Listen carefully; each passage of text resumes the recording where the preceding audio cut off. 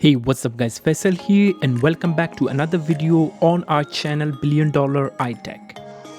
So, colleague of mine brought this Microsoft Surface Pro to me to solve this problem. As you guys can see, since I have started this Surface, it's just stuck on this Surface logo screen and it's literally there for almost 5 minutes. So I did some research and found some useful solutions on Microsoft forum. The solution to this issue is very simple. All you need to do is to hold the volume up key and power button together for almost 30 seconds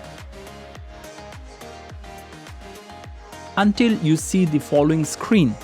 Over here, you will need to make sure that the trusted platform module is enabled and secure boot control is enabled as well. Once done, then just press and hold the power button for 10 seconds. And wait another 10 seconds. Now you can start the Surface normally. You will see that Surface logo appears again and wait for few seconds. And here we are on the login screen. So if I recap these steps, press and hold the volume up and power button together for about 30 seconds until you see the settings screen.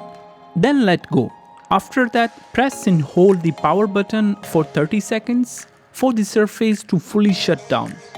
And then start the Surface normally. That's all for now. I hope you guys find this video informative. If so, give this video a thumbs up and subscribe to our channel. I'm your host Faisal. Until then, peace.